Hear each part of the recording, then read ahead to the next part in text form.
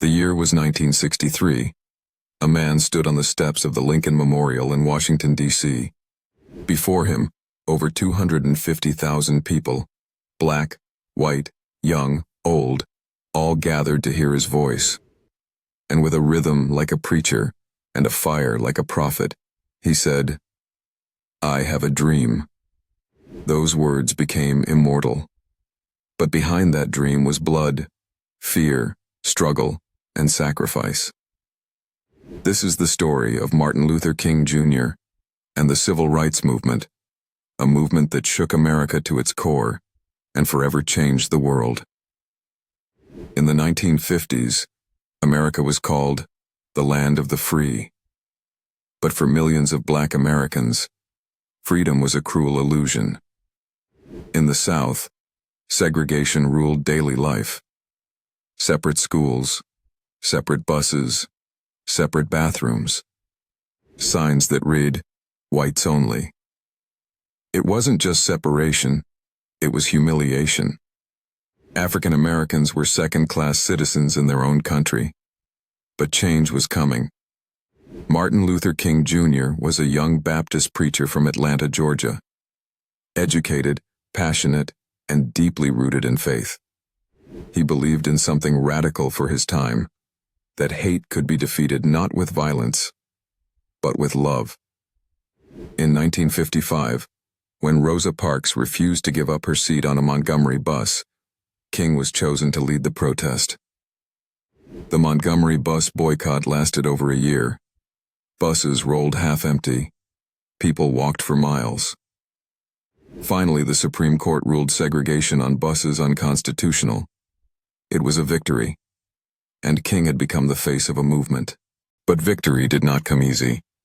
The civil rights movement was met with police dogs, fire hoses, jail cells, and bombs.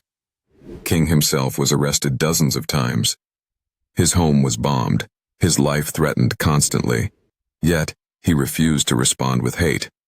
He quoted Jesus, "Love your enemies." He believed nonviolence was stronger than any weapon. August 28, 1963. Washington, D.C. became the stage for one of the largest rallies in American history, the March on Washington for Jobs and Freedom. And there, King delivered words that still echo today. "I have a dream that one day, my 4 little children will not be judged by the color of their skin, but by the content of their character." The crowd roared, the world listened, and the dream became a movement. The movement gained momentum. The Civil Rights Act of 1964 outlawed segregation. The Voting Rights Act of 1965 gave black Americans the right to vote without fear. These were monumental victories. But with every step forward, the resistance grew violent. Selma's Bloody Sunday, bombings in churches, assassinations of activists. King knew the dream came with a heavy price. By 1968, King had become not only a civil rights leader, but a voice for justice everywhere. He spoke against poverty. He spoke against the Vietnam War. He challenged America to look in the mirror. On April 4, 1968, in Memphis, Tennessee, as he stood on a motel balcony, a gunshot rang out. Martin Luther King Jr. fell.